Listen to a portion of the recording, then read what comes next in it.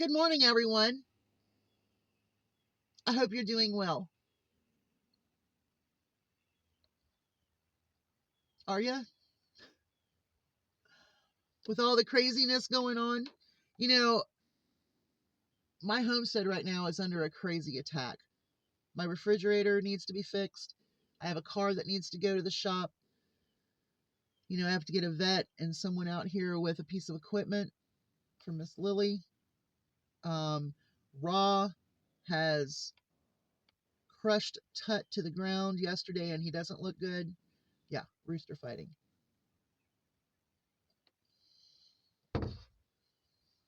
Which me having to put Raw into the stall that I had to put him into has set back my moving the boys and Gandalf to the barn,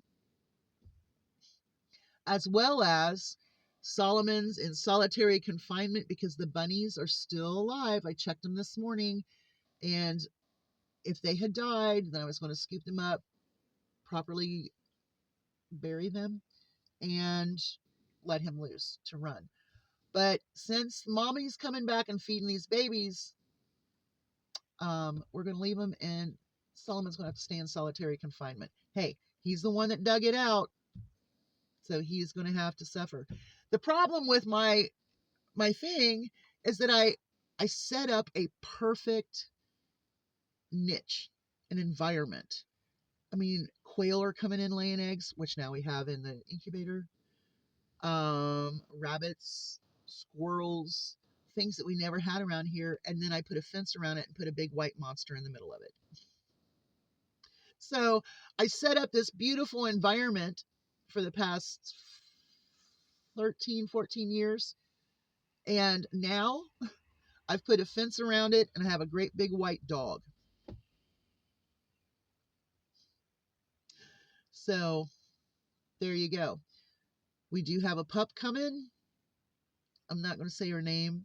I told my husband her name and he was like, "What?"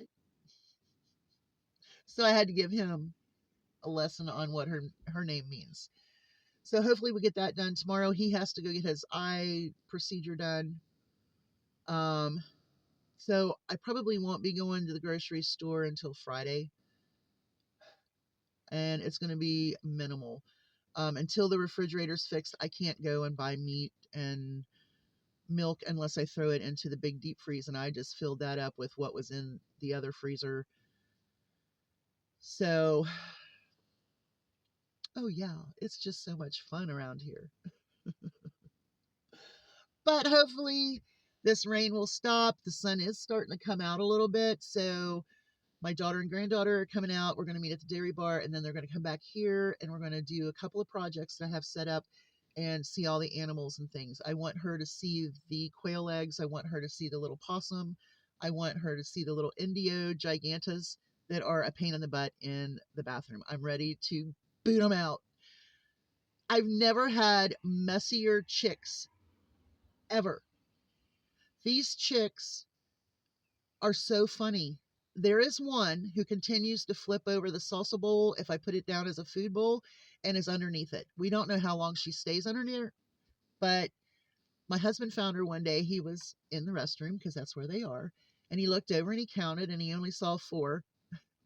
And then he saw the salsa bowl moving. So he flipped it over and there she was. Well, the other morning I get up and I flipped over the bowl and there she was again. So there you go.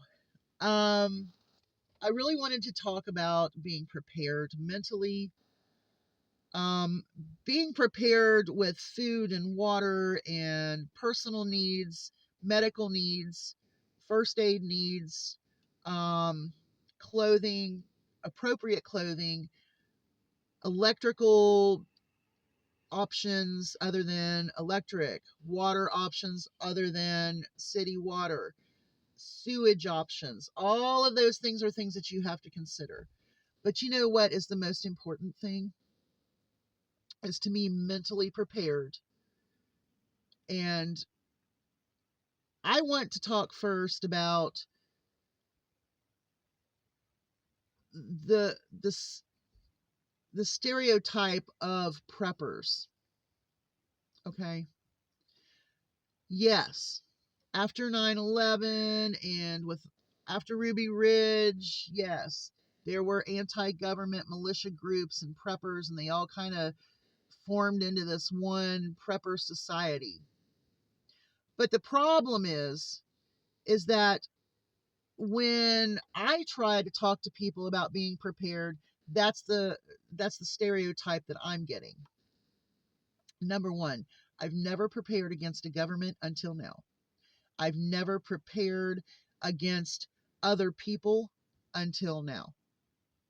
I want people to be prepared because of all the years you've heard of the doomsday preppers and all of that, there is some truth and reality to what they're doing.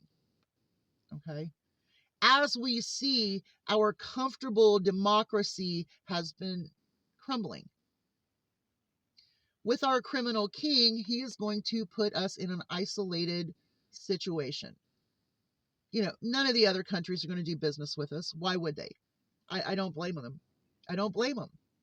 Why would any country, other than countries that are criminal countries who are offering Donald Trump towers and golf courses and uh, gold strips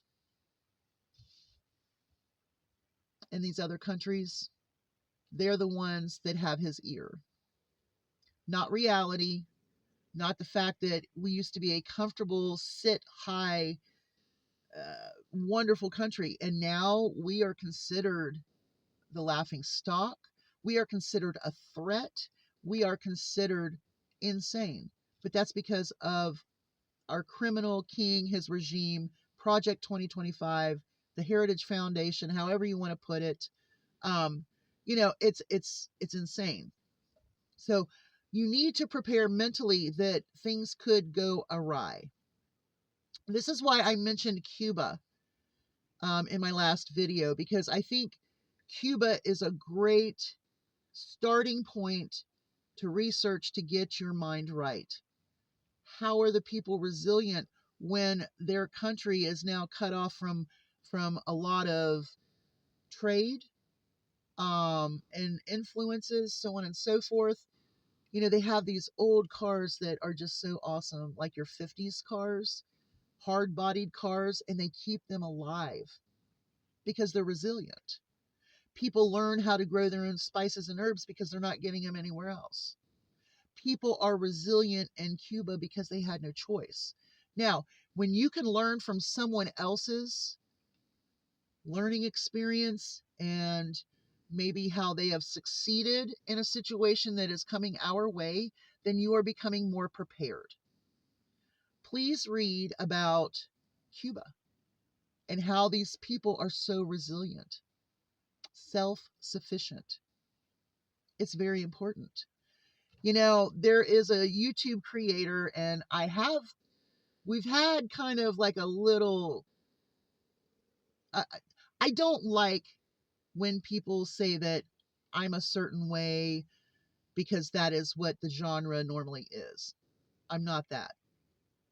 This person is a hypocrite. She tells you in one breath to be prepared, and in another breath, she'll tell you how bad preppers are. So she lost me at that point in time. I love to listen to her. She's very smart. She's very intelligent, intellectual. But I found out that she's a hypocrite. So the best way to prepare right now is mentally. You're going to have to. You have a great day. Hugs from a distance.